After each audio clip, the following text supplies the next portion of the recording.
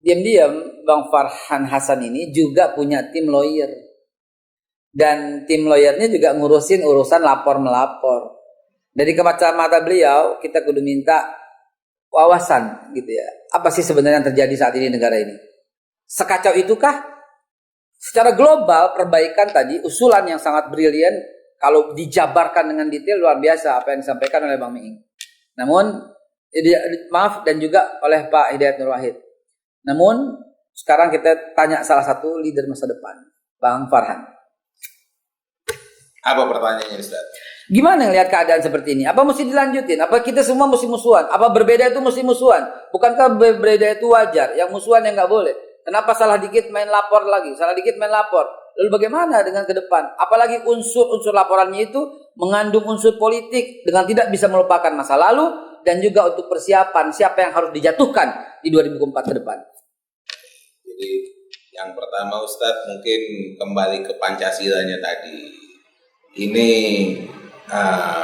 boleh jadi termasuk saya sendiri kadang-kadang itu lupa terhadap filosofi dasar dari Bhinneka Tunggal Ika. Bhinneka Tunggal Ika sendiri bermakna diantaranya adalah berbeda-beda tapi tetap satu.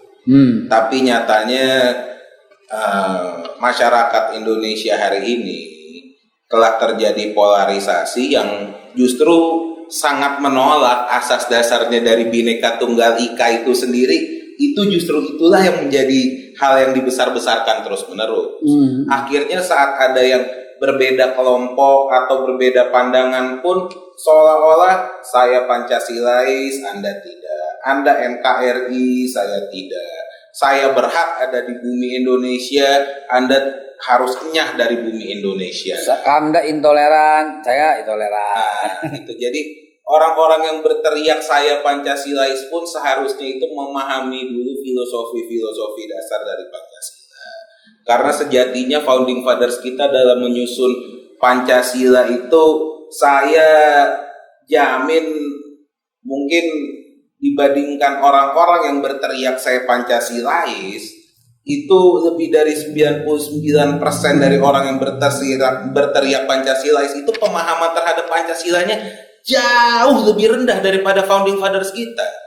Apa itu yang mendasari pemirsa? Sekaligus saya kenalkan juga Bang Farhan ini juga ketua dari SKPI, Serikat Kebangkitan Pemuda Islam. Ini Indonesia juga belakangannya ya. Jadi karena di Indonesia. Jadi ini juga mendidik gitu lah, karena saya juga termasuk berada di dalamnya, sering dimintai untuk pembinaan, dan ini akan ada di seluruh Indonesia, Bang. Berjalan. Itu juga ada bagian daripada mendidik. Oh tentunya. SKPI-nya. Tentunya. Akan ada di seluruh provinsi. Insya Allah sampai kabupaten kota, insya Allah kedepannya sampai kecamatan. Yang paling penting buat kita juga sebagai umat Islam itu supaya menyadari itu tidak terlalu sibuk dengan atribut. Bukannya saya menyalahkan atribut-atribut ya Ustadz. Atribut keagamaan itu yang tentunya sudah dinyatakan sebagai wajib oleh Imam Syafi'i atau sebagai sunnah oleh ulama-ulama besar pendahulu kita lainnya, itu adalah hal yang baik. Tapi yang kehilangan ini pemuda-pemuda Islam kita ini untuk sadar bahwa menunjukkan akhlakul karimah supaya kita bisa menunjukkan Islam sebagai rahmatan lil alamin. Caranya bagaimana? Yaitu mari kita beraplikasi di masyarakat. Itu dia. Menunjukkan bahwa kita itu bisa bermanfaat langsung di masyarakat. Makanya di SKPI kita ada tim reaksi bencana, mulai dari gempa di Lombok, gempa di Palu Donggala, gempa di Anyer Banten, dan bencana-bencana alam lainnya kita juga terus berpartisipasi. Kemudian kita ada LBH juga untuk memberikan bantuan-bantuan hukum yang pro bono tentunya bagi masyarakat-masyarakat yang membutuhkan. Gimana kasus soal lapor-melapor yang sekarang ini semakin marak ini? Ini sesuai nggak sih dengan budaya kita? Apa kita mau pindahin semua? Tolong-menolong hilang, ramah tamah hilang, senyum hilang? Sesuatunya berproses, Ustaz. Mungkin boleh jadi karena adanya rasa ketidakadilan yang dirasakan oleh sebagian kelompok atau sebagian masyarakat kita, maka perlu adanya penegakan hukum yang membuat rakyat itu merasa keadilan hadir di masyarakat.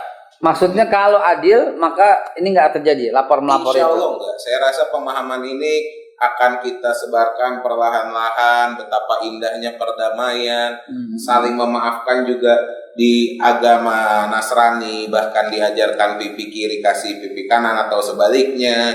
Dalam umat Islam pun pipi kanan boleh balas pipi kiri. Itu boleh, tapi yang lebih baik adalah memaafkan. Semoga ajaran-ajaran kebaikan di semua agama ini bisa kita sebarkan menjadi virus-virus di masyarakat. Pemirsa, yang Ustadz itu beliau bukan saya. Iya nggak? Yang Ustadz itu beliau bukan saya. Pantas lah kalau ketua P3. Itu dia partai yang harusnya katanya kembali ke rumah besar begitu kan? Amin, amin, Kembali ya ke rumah Rabbal besar.